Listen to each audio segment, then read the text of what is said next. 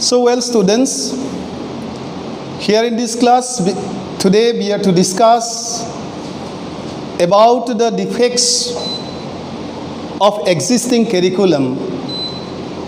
In the last class we discussed about the principles of curriculum construction, and friends, you know so much well that curriculum is one of the most important segments of the total system of education. Education, when it is considered as a tripolar process, we find that the roles of the teachers in the process of education roles of the teachers are very much important. Thenceforth, there is the necessity or demand of the presence of the students. And the third parameter, or the most important segment of the process of education, is the curriculum. Teachers basically transmit knowledge of different subject contents to the students, and that's why teachers are the senders, students are the receivers, and teachers are to depend on the curriculum, that is where the subject contents are well included, to transact necessary information, to send necessary information, to impart necessary knowledge to the participants, that is to the students or the learners.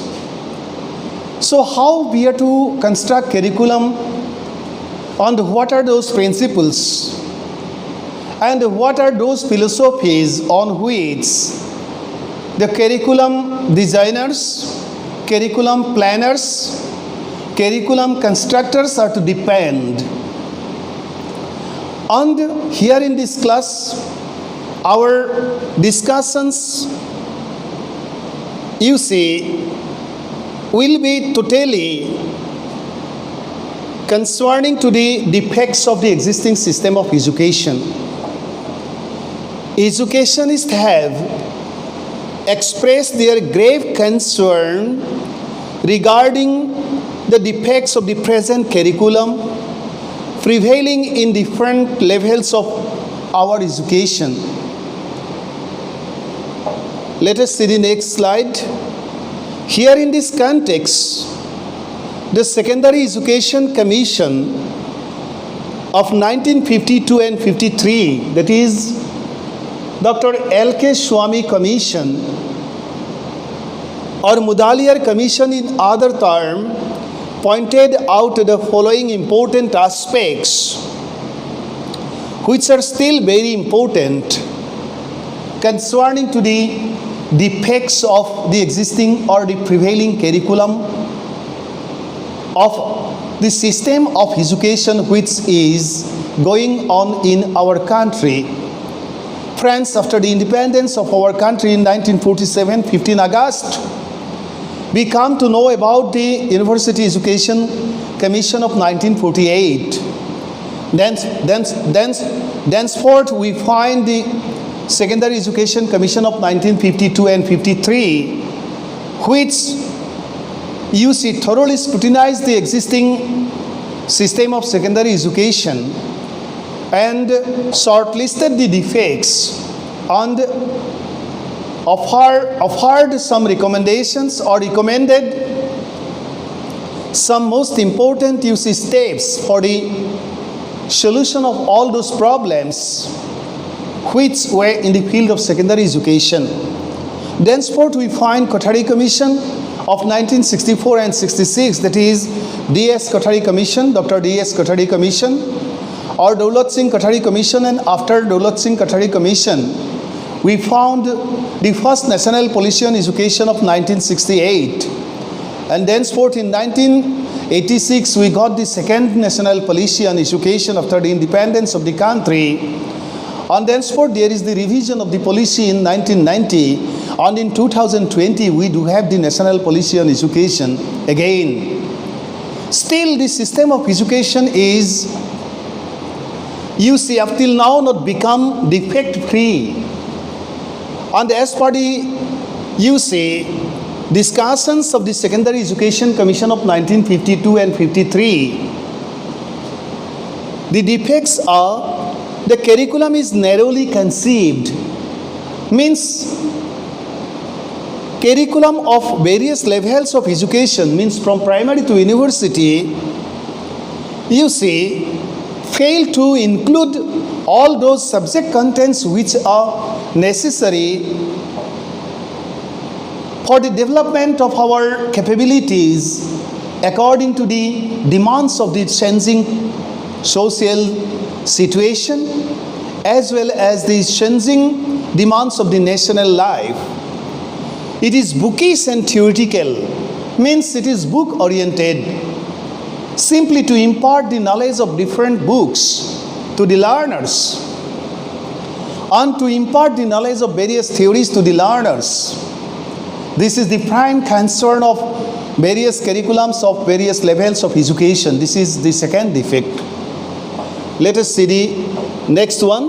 C1 is, it is overcrowded, means various subjects have already been included in the curriculum without providing rich, significant contents. Next, it makes inadequate provision for practical and other kinds of activities which should reasonably find room in it. Friends, up till now, because of the defects of the curriculum of our system of education, we are not, you see, becoming successful in developing the attributes of the learners to take part in the process of social uplift, to take part in the process of economic growth, and to take part in the process of total national change in national sense as per the demand of changing time. And that's why the Commission has pointed out that these are the defects because of which the system of education has not become successful in imparting necessary practical knowledge to the learners. Number E is, it does not cater to the various needs and capacities of adolescents. Means the youths or the adolescents' needs are not well respected or considered at the time of curriculum construction or at the time of including various subject contents in the curriculum. Next one is, it is too much dominated by examinations. There is always examination stress in the minds of the students because our education system is to some extent exam oriented.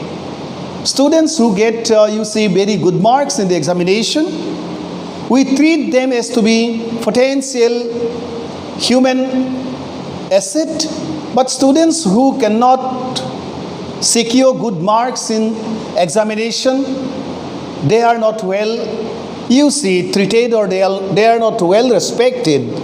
And that's why the domination of examination is one of the most important or one of the significant defects which we have observed since the independence of the country till today, which is prevailing in the system of education. Let us see the next one. It does not include technical and vocational subjects which are necessary for training the students to take part in the industrial and economic development of the country. Friends, Kothari Commission also suggested for the inclusion of vocational subjects in the curriculum, and Secondary Education Commission also put importance on imparting knowledge concerning to, you see, vocation. Means at the time of explaining about the objectives of secondary education, Secondary Education Commission was of the opinion that The prime concern, one of the prime concerns of secondary education is to develop economic efficiencies of the learners so that they can take part in the process of economic sense or economic transmission of the nation. But here you see in the existing curriculum of various levels of our system of education, we do not see that vocational subjects are well considered. We do not see or find that concerning to industrial and economic development means capabilities which are necessary for taking part in industrial growth and to take part in the process of economic development of the country. We do not have much scope to impart necessary training to the learners. And this is one of the very important or significant defects which we notice basically once we study the defects of the existing curriculum of various levels of India, education system of the country. Next one is, there are more or less three main theories or sets of assumptions concerning or regarding the process of curriculum construction. We have already discussed about the principles of curriculum construction, and here also a little bit you see indication you will find relating to the assumptions of the process of curriculum construction, means the types of curriculums which we find, which we see in operation in the system of education, how these curriculums are constructed, and what are those assumptions which play a very important role in the process of constructing different types of curriculum. You will come to know, held by the teachers and experts. Let us see. These are, what are the, you see, explanations. The child-centered view means one section is there. You see, one section of experts are there who has expressed views concerning to the demand of the children or the participant learners. There is another section who puts importance on the knowledge domain, means curriculum should be constructed in such a way so that we become successful in imparting different types of knowledge to the learners. And the third school is society-centered view. On this view basically puts importance on imparting knowledge for the development of social life or for the development of society. Let us see the next one. The child-centered view was a much needed reaction against the 19th century inhuman and authoritarianism in schools. However, a completely child-centered curriculum can't be justified. Means save the child through the, you see, bat. Means punishing the students. Corporal punishment is to be, you see, corporal punishment is very much dangerous for the natural growth of the personality elements of the children. And that's why this view this view was in operation. This view came to light, which basically put importance on the demands of the personality of the children. Let us see the next one. In some cases, of course, we are all child-centered nowadays. We have moved away from the kind of situation where schools ignored children's interest and simply imposed on them a rigid outline. In some schools, particularly in private sector, we see this. You see, external discipline we never can help students to develop their original personality attributes by putting pressure on them externally. And that's why the demands, the aspirations, the needs of the children are to be considered well at the time of selecting subject contents for the inclusion of curriculum. And that's why this view, particularly child-centered view, puts importance on special consideration of the demands of the children. Let us see the next one. The knowledge-centered curriculum also has something to offer. Education is certainly concerned with the transmission of knowledge from one generation to the next. But few would now suggest that it is the only concern of education. Simply imparting knowledge is not the basic concern of education. Knowledge without its practical utility can't help humanity much. And that's why usability parameter of knowledge has special importance. And this view specially puts importance on imparting knowledge of various subject contents to the learners so that they can become fit to take part in the process of social transmission, in the process of economic growth, and in the process of national development. Let us see the next one. Finally, arguments regarding society-centered kind of curriculum tends to suggest that the curriculum must be planned according to the changing nature of our society.